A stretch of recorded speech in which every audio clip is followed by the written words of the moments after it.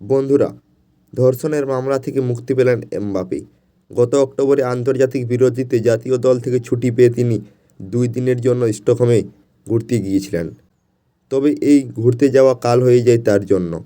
ধর্ষণকাণ্ডে জড়িত থাকার অভিযোগ উঠে এমবাপের বিরুদ্ধে। শুরু হয় তদন্ত। সেই সময় সুইডিশ কৌঁসুলিরা ধর্ষণের অভিযোগ তদন্ত শুরুর বিষয়টি নিশ্চিত করলেও সন্দেহভাজন কারো নাম প্রকাশ করেননি। তবে একাধিক সুইডিশ সংবাদমাধ্যম রিয়াল মাদ্রিদ ও ফ্রান্সের এই তারকা ফরোয়ার্ডের বিরুদ্ধে ধর্ষণের অভিযোগ তদন্ত শুরু হওয়ার কথা নিশ্চিত করে। এমবাপে প্রতিনিধিরা অবশ্য এই অভিযোগ পুরোপুরি মিথ্যা বলে দাবি করেন। এমনকি সম্প্রতি দেওয়া এক সাক্ষাৎকারে একই কথা বলেন এমবাপে। রিয়াল মাদ্রিদ তারকার এই দাবিই অবশ্য শেষ পর্যন্ত সত্যি প্রমাণিত হয়েছে।